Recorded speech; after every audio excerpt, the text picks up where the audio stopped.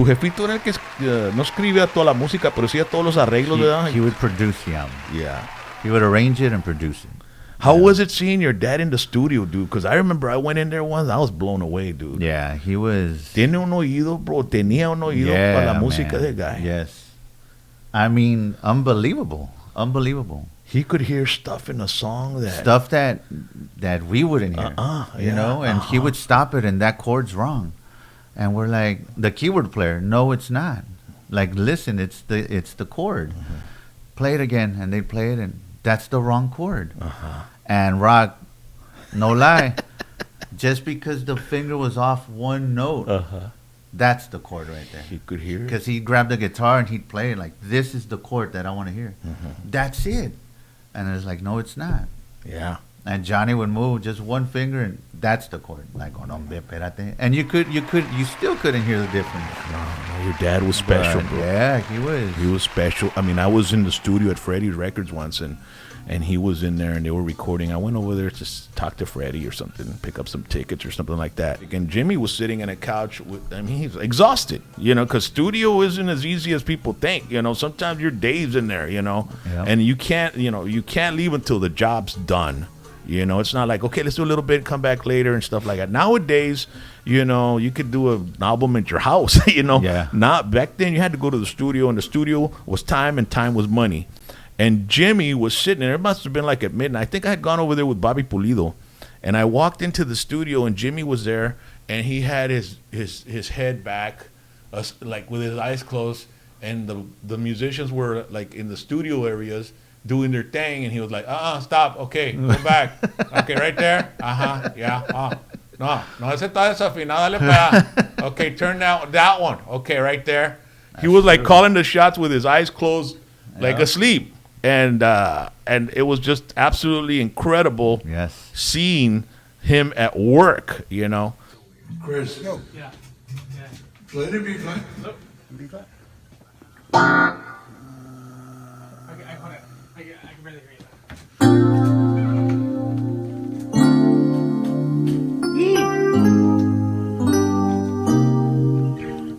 Pienso que te extraña. La la la la la la la la la la la la la la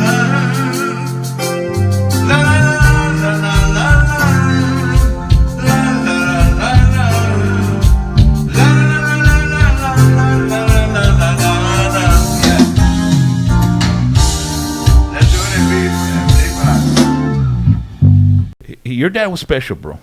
I agree.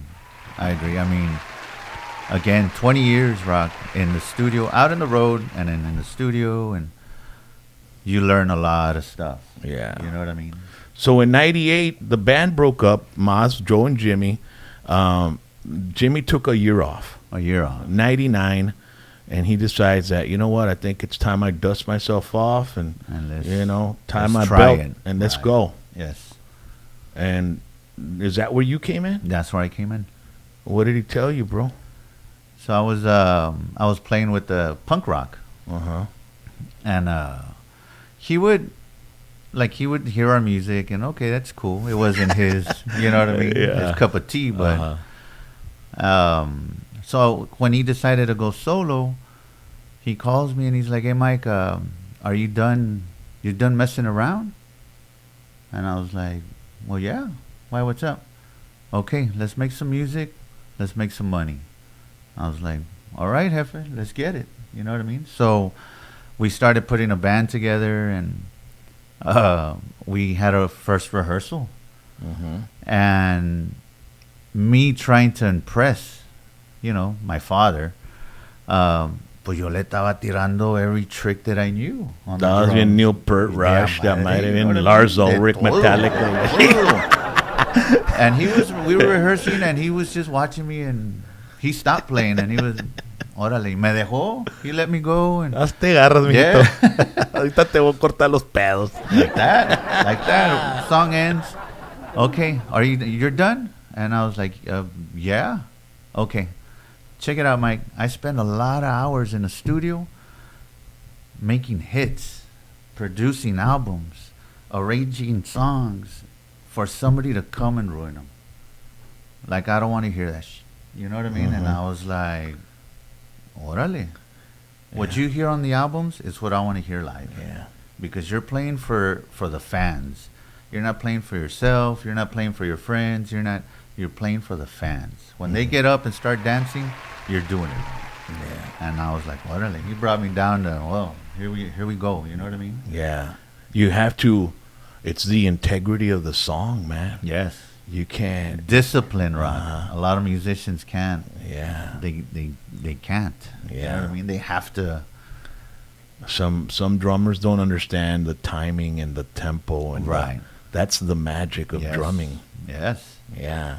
Because it's I mean, there's a time and there's a place and a time for everything. You know what I mean? But when you're playing with a band, your job is to keep time. Yeah. That's your job as a drummer. Yeah. With the bass player. With the bass player. If y'all are together, Yeah.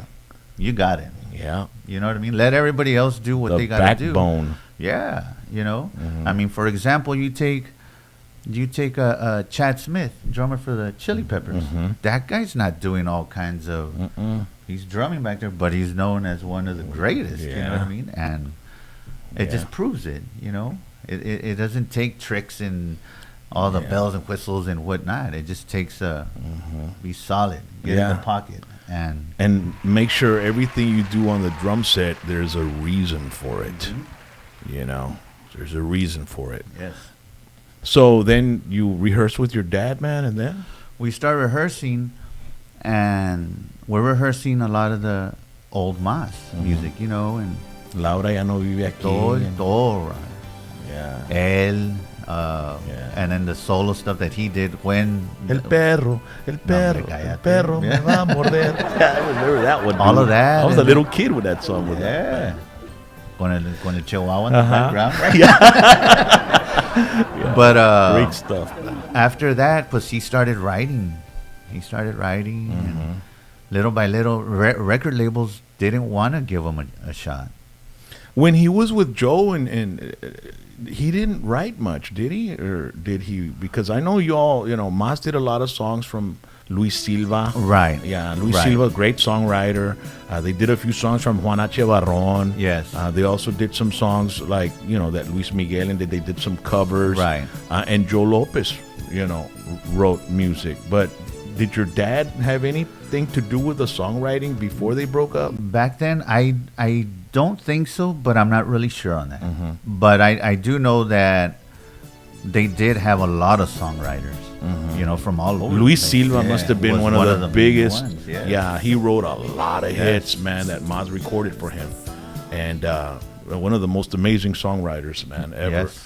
And MAZZ did him justice with his songs, Right. And And then it just kept evolving from there. Because after that, they started using Beto Ramon. Ándale And también. he wrote, tons of music, not only for MAZZ, but for a lot of Tejano artists. Yeah. Yep. So, And Beto Ramon was part of that era when the big labels came in. He started recording.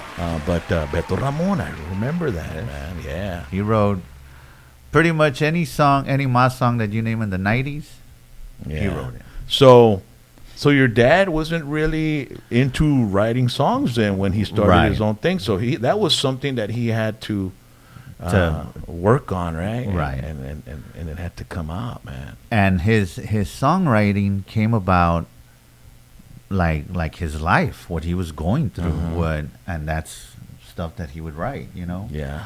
So he wrote ¿Quién iba a pensar? Yo no sé lo que pasó, dónde y cuándo se perdió nuestras vidas, querida. Solo sé que estoy aquí, pensando en lo que yo perdí, mi vida, querida.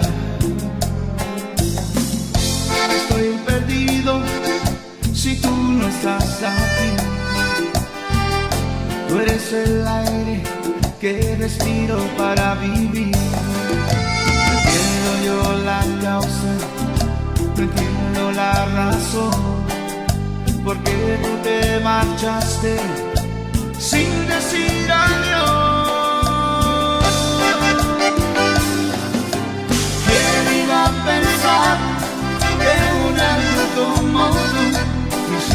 llorar a mí.